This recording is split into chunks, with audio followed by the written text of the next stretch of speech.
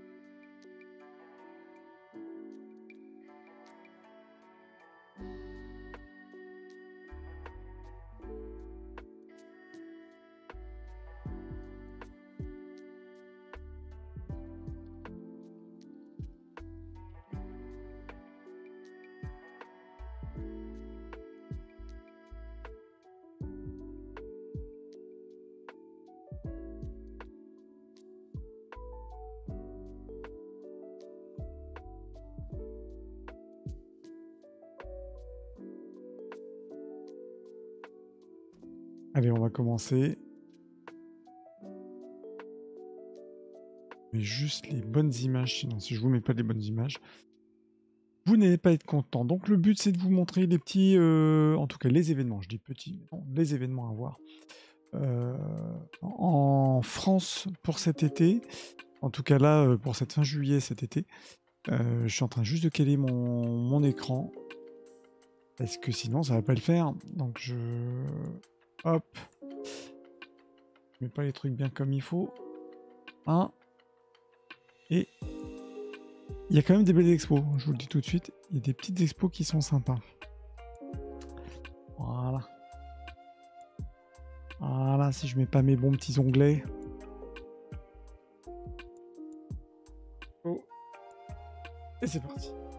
Et c'est formidable, on est calé, c'est magnifique. Calé.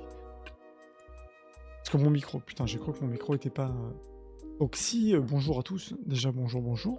Petite parenthèse, si vous entendez que ma voix coupe à un moment, théoriquement c'est bon.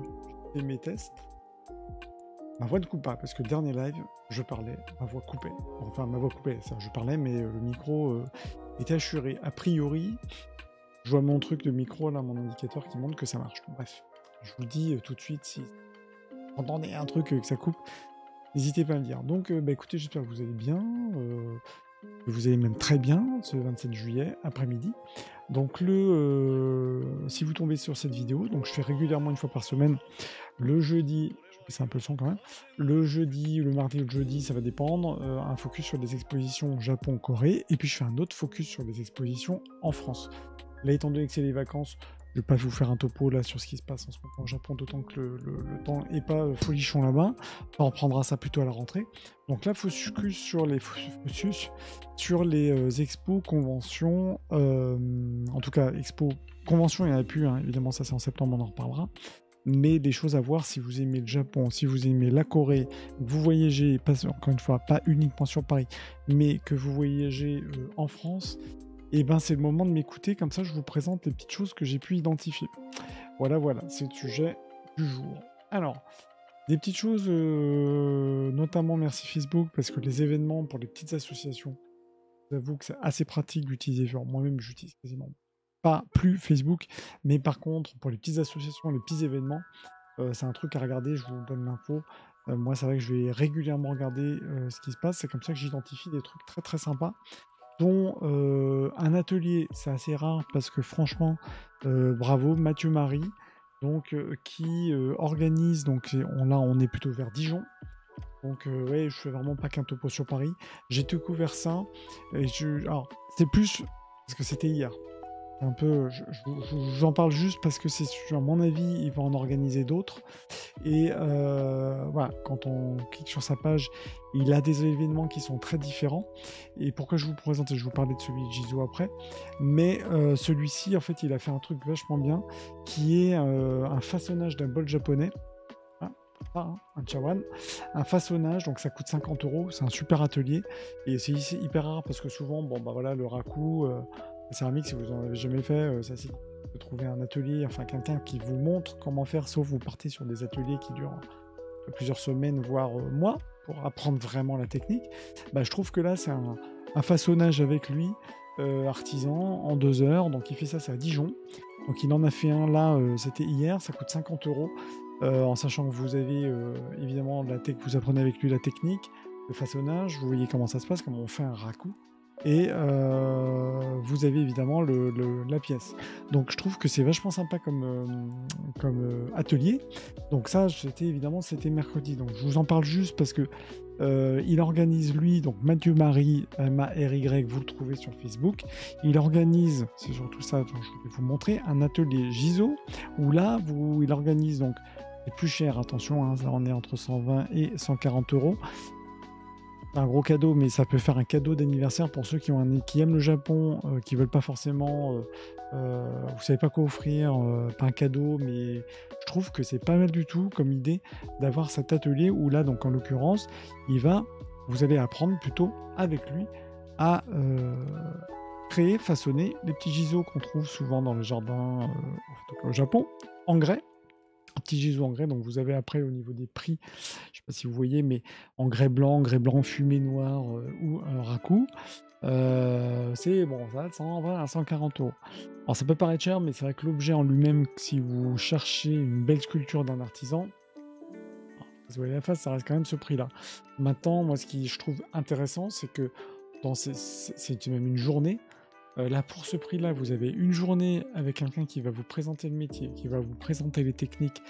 Je ne le connais pas personnellement, hein, donc vraiment, si Mathieu Marie m'entend, bah, bravo, parce que d'organiser ce genre d'événement, c'est super, parce que vous allez découvrir, au-delà évidemment de Gizo, vous allez découvrir la technique de façonnage, vous allez pouvoir repartir avec une pièce que vous avez fait avec lui. Bref, super. Donc là, moi, je me suis noté, j'ai vraiment découvert. Donc évidemment, ça a un petit prix, mais vous relativisez, c'est quand même une journée complète, 7 heures, où vous allez créer avec lui un bel objet.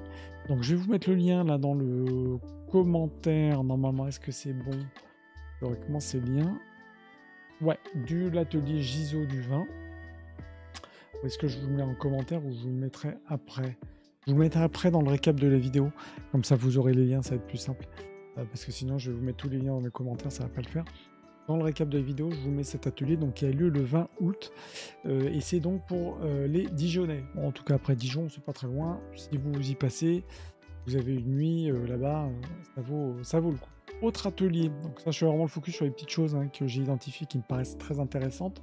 Petite association dans le 78 qui est à Saint-Nom-la-Bretèche. Je vais remettre mon image. Identifié pareil sur Facebook. La voie de l'Enso. Alors l'Enso, c'est comment dire, c'est une pratique méditative qui se concentre notamment à faire le fameux cercle noir. Le cercle noir. Donc vraiment, on va peindre la calligraphie, c'est de la peinture, c'est la méditation.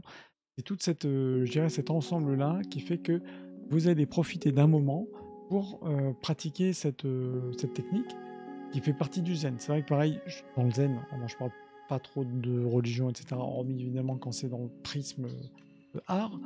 Mais bon, le zen, c'est pas que la méditation, voilà, il y a plusieurs pratiques, le haïku peut être zen, la calligraphie, la fameuse calligraphie à faire de cercle.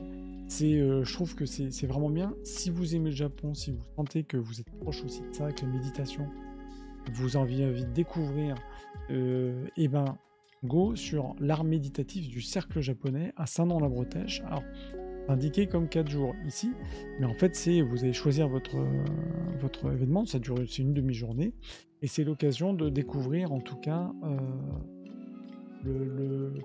une des pratiques méditatives, et je trouve que c'est un super événement. Donc 78, pas loin de Paris.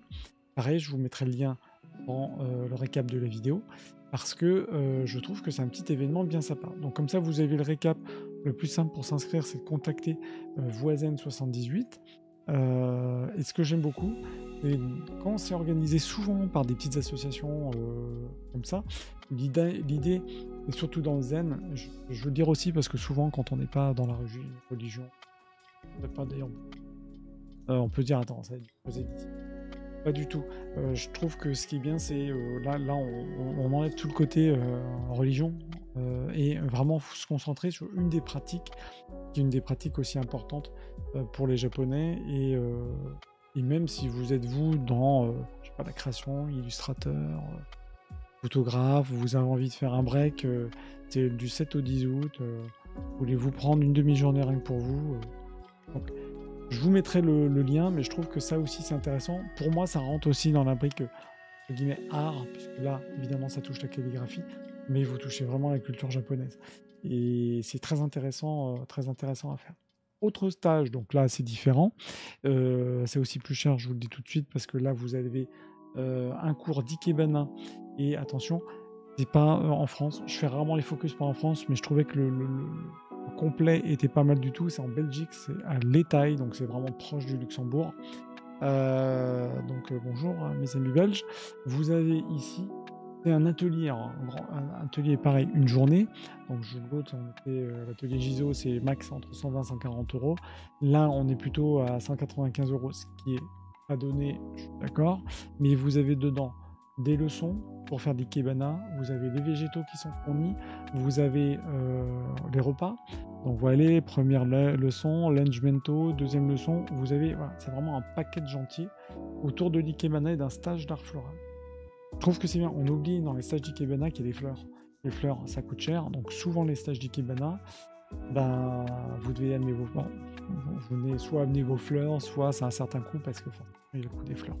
Donc je vous en parle quand même parce que je trouve que c'est assez rare des stages comme ça complets où vous faites juste 2 heures faites l'ikebana et je pense qu'apprendre l'ikebana ou du moins sentir l'ikebana en 2 heures c'est un peu compliqué. Là vous avez vraiment une journée et c'est en Belgique. Donc, je voulais vous en parler aussi. Je passe rapidement parce que là on peut entre guillemets de l'art classique comme je peux parler, même si l'ikebana c'est de l'art. Mais je vous mettrai le lien si ça vous intéresse. Après c'est maintenant là tout de suite c'est le week-end prochain. Bon, voilà. Vous avez l'info. J'avance maintenant sur les expos qui sont vraiment expos art, sujet de cœur quand même de cette chaîne Koge-san. Vous tombez sur cette... Bonjour à toutes et à tous, moi je suis Koge-san, je suis spécialiste en art japonais et coréen, je suis dans la vraie vie, parce que j'existe vraiment en fait, antiquaire et expert en art japonais, et j'ai cette chaîne pour partager aussi bien un peu, voilà, entre guillemets, les connaissances que je peux avoir sur aussi bien des techniques d'art, des artistes, des œuvres d'art, par exemple la vague d'Okusai. Voilà, je fais des lives que je vais appeler culture, qui ont lieu soit le lundi, mardi.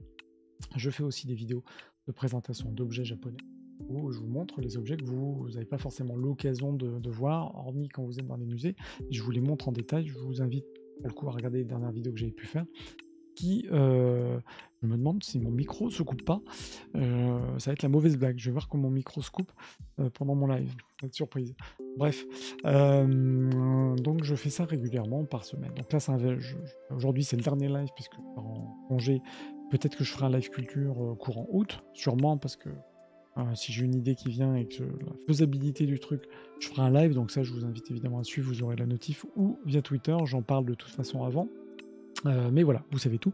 Et en plus, je ferme ma grosse parenthèse, je fais donc une fois ou deux fois par semaine un focus comme ici sur les expositions, les choses à voir, conventions en France, pas que Paris, vraiment France, et les choses à voir, les expos du moment au Japon, en sachant qu'en ce moment il y a plein de choses, mais voilà, je voulais rester focus quand même sur les vacances, c'est quand même...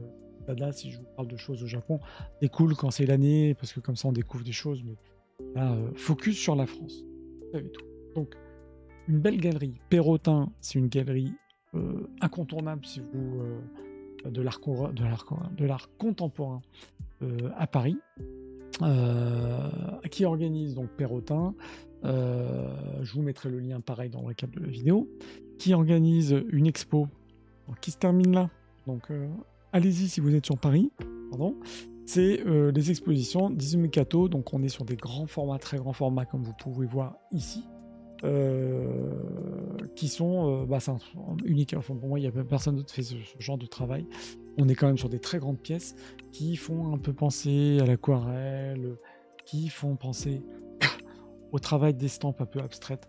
On peut voir aussi au Japon.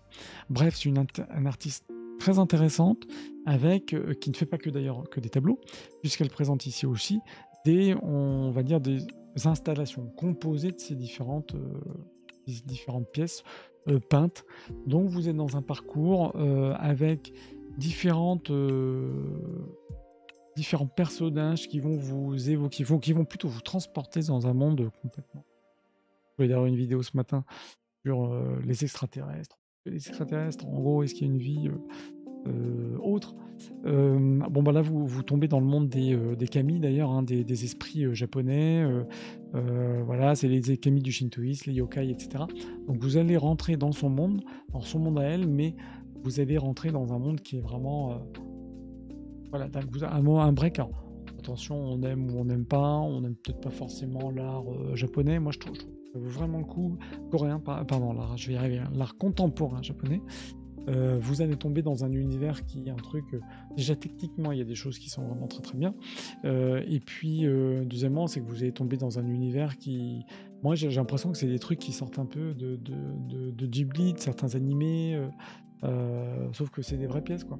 Donc il y a des trucs qui sont assez intéressants à voir. C'est jusque... Là, on est le 27, donc c'est jusqu'à samedi. je dis pas de bêtises. Donc allez-y, franchement, ça vaut vraiment le détour. Des pièces, vous voyez, des pièces sculptées, il y a du bois, il y a des grandes toiles. Donc Izumakato, c'est à la Galerie Perrotin, et je vous invite, alors Galerie Perrotin, c'est dans le 3e. Vous faites un tour dans le marais, arrêtez-vous, parce que voilà, c'est une artiste qu'en tout cas qu'on ne voit pas très souvent ici.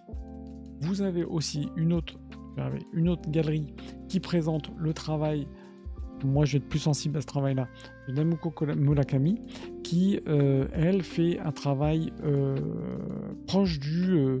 Attendez, je vais voir si je peux avoir des images. Pourquoi je me suis mis là-dessus? Je suis sur la ville de Paris, donc forcément, la ville de Paris, c'est cool, mais... elle travaille les différents médias. Si je tombe là-dessus... Voilà, bon, ça vous donne une idée de son travail, qui est un travail en 3D. Alors, Namuko Murakami, dans cette exposition, qu'est-ce qu'elle fait? En fait, elle est partie du concept du braille. Ben, vous pouvez voir hein, le braille. Je pense que en avant par rapport au micro. Le concept du braille, donc l'écriture. Hein, je pense que vous savez ce que c'est. Et donc, elle va faire des œuvres en 3D. Bon, là, son site est pas formidable. Et malheureusement, ça va être un peu, je peux difficilement vous montrer plus la chose. C'est dommage parce que je voulais vous montrer son travail qui est vachement intéressant. Mais là, comme ça va être compliqué. Alors, c'est dans le 15e, c'est à la médiathèque de Marguerite Yourcenar, ça c'est dans le 15e. Mais je voulais vous montrer son travail parce que c'est pas mal du tout. Qu'est-ce que je peux voir? Il n'y a que ses œuvres sur papier, mais elle refait son site. Bon, voilà. Ça vous donne l'idée du truc. C'est une artiste qui travaille beaucoup sur le pliage, sur le papier, sur vraiment des œuvres qui sont là pour le coup en multidimension, avec plusieurs, il y a du textile, il y a de tout. Donc voilà, moi j'aime bien ce genre d'artiste en fait qui beaucoup à l'art brut. J'en parlais d'ailleurs quand je faisais mes vidéos sur le Mingei, le Kogei. Je trouve que là, on est vraiment sur une approche qui est plus peut-être plus difficile d'accès, mais assez intéressante. À ce genre d'œuvre, vous allez un peu rester devant là comme ça 5 minutes à regarder qu'est-ce qu'elle a voulu m'expliquer. Vous avez déjà regardé qu'il y a du pliage, il y a vraiment du travail artistique, technique, mais derrière vous allez découvrir des pièces qui sont un truc comme ça. Moi je trouve ça super déjà créativement, il y a de l'idée et puis derrière ça veut aussi transmettre, ça veut derrière expliquer. Donc je trouve qu'elle a vraiment un travail très intéressant, notamment au niveau du papier. Et donc là en plus elle rajoute cette vision autour du braille. Cette expo en plus ça s'appelle Effleurer le rêve. Donc je trouve que ça c'est une petite exposition qu'il faut voir, c'est jusqu'au 9 août, donc c'est jusqu'à... vous avez quoi, encore 10 jours, et c'est dans le 15e. Donc voilà, petite exposition sympa. Je vous mettrai le lien. Tac, j'avance aussi. J'ai vu Espace Japon. Pourquoi? Parce que Espace Japon, vous avez en ce moment au musée du Quai Branly l'exposition. Alors déjà, le Quai Branly, entre parenthèses, allez-y, c'est pas dans l'art japonais, puisqu'il n'y a plus d'expo kimono, il n'y a plus d'exposition à proprement parler Asie, mais vous avez quand même toutes les collections. Vous avez une belle exposition sur Sankor, mais vous avez surtout les collections pour voir si vous aimez un petit peu ou si vous voulez découvrir les arts en premier. Donc art tribaux, d'Afrique, d'Océanie, vous allez avoir des choses incroyables. Bon, moi j'adore, hein, c'est vraiment mon autre bloc d'amour, c'est vraiment ça. Donc franchement, je ne peux que vous conseiller d'aller au Quai Branly. Vous allez d'ailleurs au Quai Branly en ce moment un événement qui s'appelle Jardin d'été avec plusieurs, notamment pour les enfants, des contes, des petites conférences, tout ça dans le jardin, ça je vous invite vraiment à y aller. Et là, je sais où je veux en venir. Il y a une présentation d'une énorme tapisserie qui reprend en fait je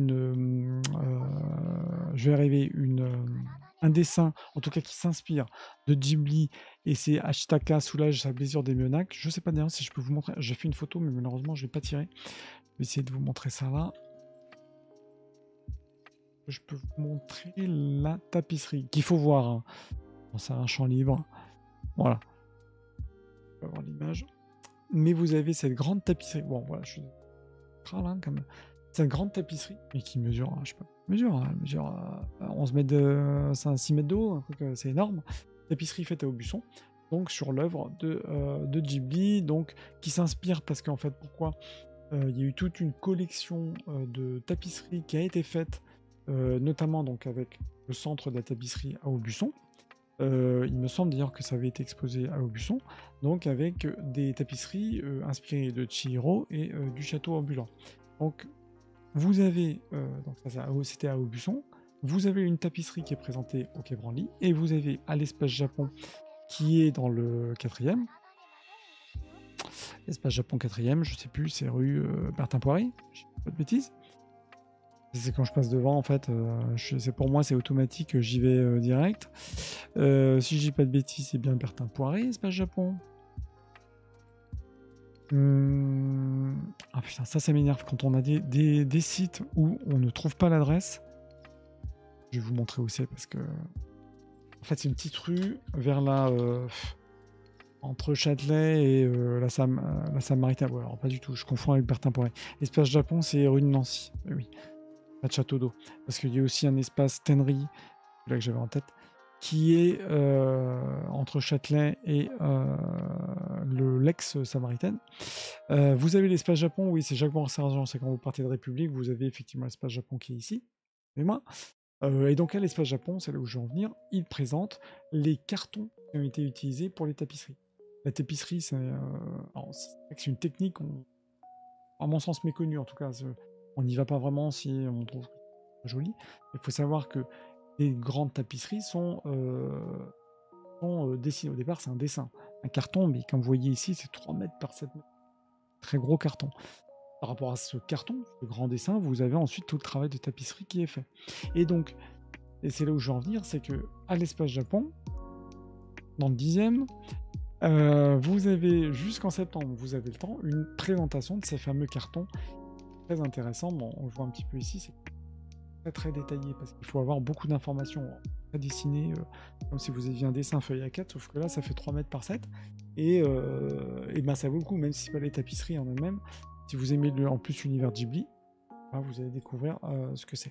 Si vous allez un jour à Aubusson dans la Creuse, vous allez voir des cartons, vous allez voir des tapisseries qui ne sont pas forcément la thématique japonaise, hein, mais c'est intéressant, ne serait-ce à regarder une fois pour savoir comment ça se passe et pour savoir ce que c'est une tapisserie.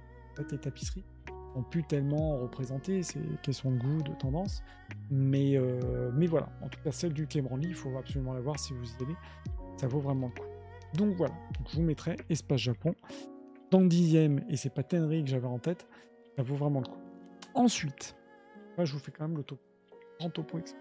Vous avez aussi, ça se termine ce week-end, là je passe en Corée, au musée Sarnowski, vous avez, j'en ai déjà parlé, je ferai très probablement, je pense à la rentrée, un live sur cet artiste que je trouve très intéressant, coréen, qui est décédé en 2021, mais qui est vraiment un des acteurs clés de la peinture contemporaine coréenne, qui s'appelle donc Kim Sang-yeol, comme vous pouvez le voir ici, et qui expose en classe, et si vous êtes sur Paris, je vous invite vraiment à y aller, c'est le maître de, comme vous pouvez le voir ici, le maître des gouttes d'eau peintes. Donc il fait des formats de tableaux dans lesquels il va mixer, comme on pouvait le voir, ça c'est incroyable, hein, ça c'est fait à la main, hein. L'écrit, donc l'écrit coréen, ou avec, comme vous pouvez le voir, les caractères Hanzi, je vais y arriver, d'origine chinoise, et vous avez Hanza. Alors moi je suis entre le chinois et le japonais parce que je suis coréen. Je refais du mandarin, donc dans ma tête ça se mélange. Bref, vous comprenez ce que je veux en dire, où je veux en venir, c'est que il travaille très souvent sur ses fonds, sur ses toiles, donc l'écrit, avec, on a l'impression en fait que ça a été mouillé, en tout cas que la toile a été mouillée, et par-dessus, c'est un double lecture, il fait des gouttes d'eau. Et des gouttes d'eau, il s'amuse avec la lumière qui passe à travers ces gouttes d'eau. C'est pour ça que je trouve que là, on se rend très bien compte de son travail, c'est un truc de dingue. Donc, en termes de déjà travail technique, je trouve très impressionnant, très impressionnant. Il a toujours travaillé les gouttes d'eau, l'écrit avec une finesse. Pour moi, c'est limite, c'est un typographe, quoi. De dingue.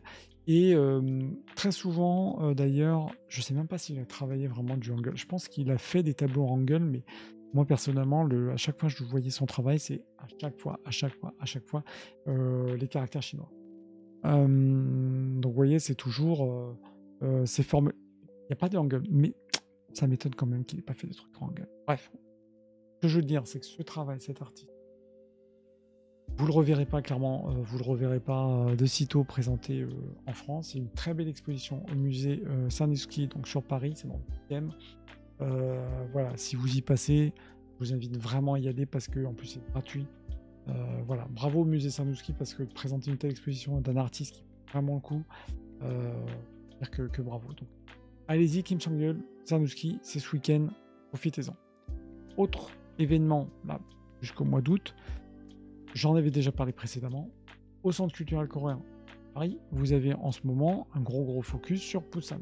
Busan, pourquoi? Parce que Busan, la ville de Busan, vous avez peut-être vu des taxis sur Paris avec le skin sur le taxi Busan 2030, c'est parce que Busan a pour objectif d'être la ville de l'exposition universelle en 2030. Donc aujourd'hui, Busan, de toute façon, dans sa communication maintenant depuis quelques mois, voire ça, je pense que ça a vraiment commencé l'année dernière. Busan a envie vraiment d'être une plaque tournante de l'art contemporain, ce qui est déjà le cas puisque là-bas vous avez beaucoup de galeries occidentales et coréennes qui s'installent, mais vraiment à Busan, hein, qui est sur la pointe, qui est au plus près du Japon. Bon bref, Busan c'est vraiment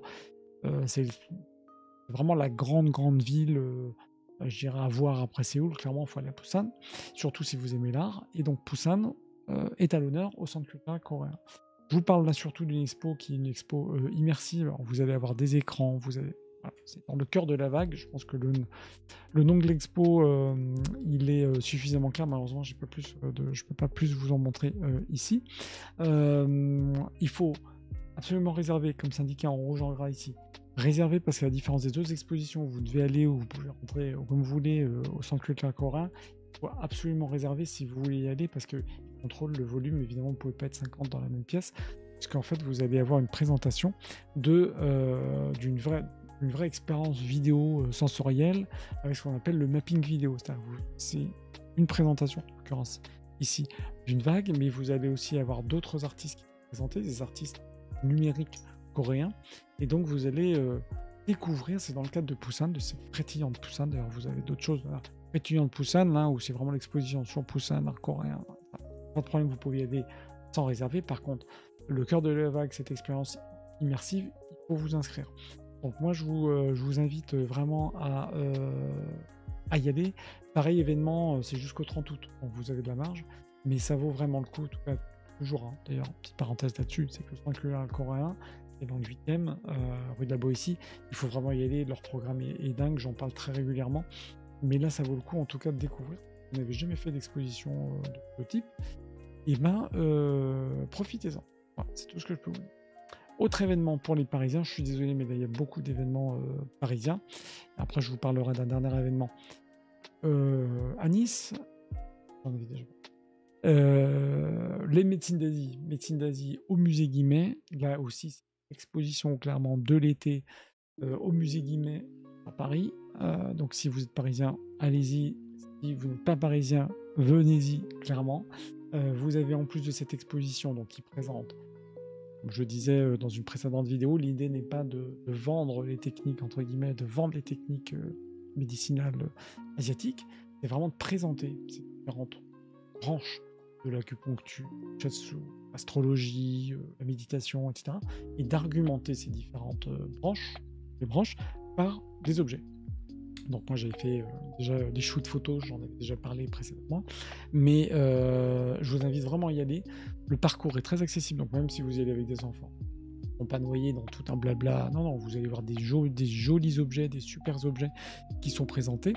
Je vous remonte juste peut-être une photo si j'ai mon lien actif.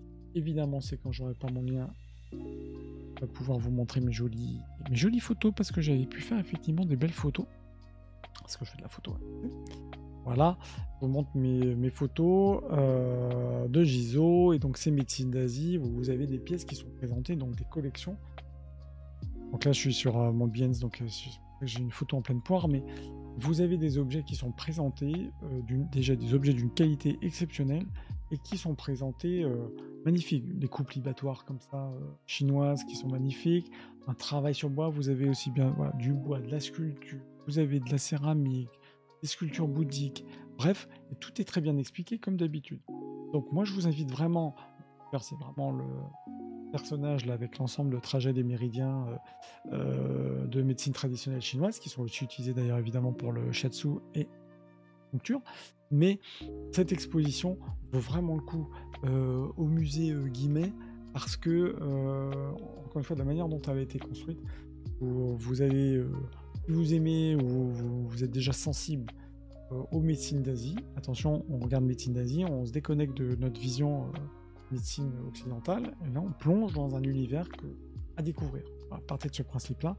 Surtout, vous avez quand même plus de 300 œuvres qui sont donc ça vaut vraiment le coup. Donc voilà, médecine d'Asie, et vous avez aussi rooftop, une sorte de rooftop qui est tout le mois d'été, où vous pouvez manger en plus, boire un coup, et je crois qu'il y a même des DJ. Bref, musée Guimet, c'est à voir vraiment cet été si vous avez l'occasion d'être sur Paris. Je termine par une très belle exposition, là c'est sur Nice. Ça, vous avez le temps, c'est jusqu'en décembre, fin de l'année. Moi personnellement, j'irai d'ici l'année sur le tatouage, autour du tatouage. Donc ça, c'est le musée départemental des arts asiatiques. Je dis départemental parce que je me suis tout à fait retoqué, entre guillemets, par le conservateur en donnant, parce que c'est le musée départemental, ce n'est pas le musée de la ville de Nice, c'est important. C'est vraiment un musée qui est soutenu par le département, qui est vraiment à l'ouest. Si vous regardez Nice, c'est vraiment à l'ouest. Je vous invite vraiment à y aller. C'est un musée qui est entièrement gratuit. Il propose toujours de très très belles expositions. Et là, vous avez une très belle exposition sur les tatouages. Le monde flottant, c'est la période Edo. Pourquoi le monde flottant? Puisque c'est vraiment un focus sur le ukiyo-e, donc le tatouage dans les estampes, comme vous pouvez voir ici. Mais ça va ouvrir, je dirais, en plus sur la photo, sur les samouraïs tatoués, les samouraïs fin 19e, et le tatouage au Japon. Et surtout, comment l'Occident, indiqué ici, va s'ouvrir aussi et découvrir le tatouage japonais, l'irezumi, etc. Donc, belle exposition, parce que là aussi, on parle d'un sujet comme la médecine d'Asie, on va partir d'un sujet, le tatouage, que vous soyez amateur ou pas, et c'est pas grave, puisque derrière, tout va être présenté, expliqué à travers des œuvres d'art, une sélection évidemment avoir des photos de gens tatoués, mais le but c'est vraiment de présenter des estampes qui sont dingues, quoi. Des estampes où le tatouage il est traité au même titre que un kimono, bref. Donc, ce qui est intéressant là-dedans, c'est que le musée des arts asiatiques, sur le mois d'août, organise plusieurs visites guidées. Sur la fin de l'année, j'en parlerai, vous avez une cérémonie de langue préparation, langue dédiée au tatouage, ça c'est en octobre. Je vais y aller. Et vous avez des visites, je vous laisserai regarder sur le site, je vous mettrai le lien, puisque vous avez plein de choses, notamment moi ce que je trouve qui est sympa en plus avec les enfants, l'atelier Tattoo Lino, le lino qui reprend la technique de l'estampe japonaise. Donc là, sur le principe, en tatouage, vous pouvez avoir des motifs qui sont assez simples à faire pour vous et vos enfants. Franchement, ça vaut le coup. Donc voilà, plein d'événements, et je trouve qu'il faut en parler parce que ce musée a besoin vraiment d'avoir de la visibilité, et qu'il y a un musée génial à Nice. Donc allez-y, le musée des arts asiatiques de Nice, je vous mettrai le lien. Je termine là sur la sélection d'expositions pour cet été. N'hésitez pas, si vous découvrez des lieux sympas pendant vos vacances, vous voyez qu'on expose un peu de céramique, des estampes, même des artistes japonais qui peuvent avoir leur atelier, et ben n'hésitez pas à m'envoyer peut-être pardon, les liens via Twitch ou Twitter. Comme ça, moi, ça me permet aussi de les noter, puis demain, peut-être de faire d'autres focus sur eux. En tout cas, voilà. Je voulais vous remercier. Moi, je passe en mode vacances. Donc là, plus le live, sauf peut-être un live courant août. Je vais voir selon s'il y a une expo intéressante, ça fera peut-être un live en cours d'expo, ou je ferai peut-être un live culture. On verra. En tout cas, si vous me suivez, vous aurez les notifs. Je fais pas de live ce soir. J'ai ma valise à faire. Voilà. Et en tout cas, je vous dis bonnes vacances si vous partez. On se retrouve sûrement donc au mois d'août. Sinon, je vous invite de toute façon, je vais faire très probablement poster du TikTok, à me suivre sur TikTok, sur Twitter, Kogei-san à chaque fois. Comme ça, vous saurez un petit peu ce que je peux publier. Pour les lives uniquement, c'est évidemment Twitch et les replays sur YouTube. Je vous dis à bientôt, je vous dis bon après-midi, je vous dis de bonnes vacances surtout. Et puis n'hésitez pas aussi à me faire vos retours, si de belles expos, si vous y passez.